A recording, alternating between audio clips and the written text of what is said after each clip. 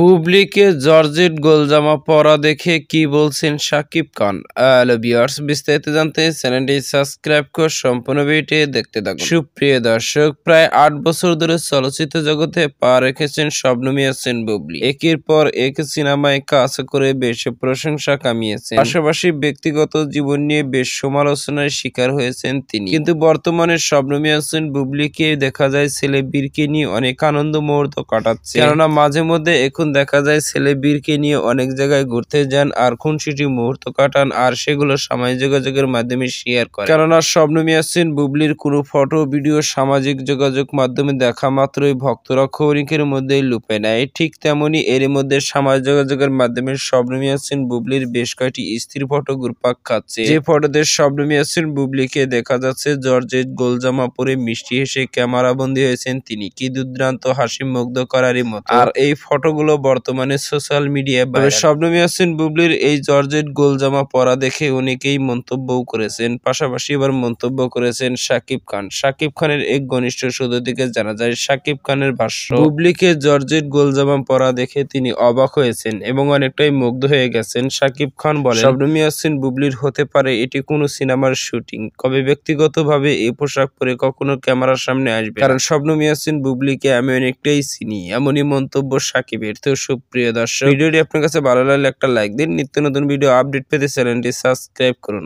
অসংখ্য ধন্যবাদ পুরো ভিডিও উপভোগ করার জন্য।